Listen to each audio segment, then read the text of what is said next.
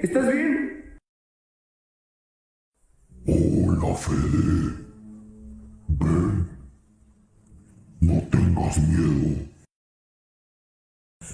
¿A dónde vas? Hace mucho tiempo no como. ¿Puedo comerte un brazo? O mejor los dos brazos. Que te sacrifiques. Si no lo hacen, mis monstruos irán por cada uno de ustedes y no será un solo sacrificio. Serán 5.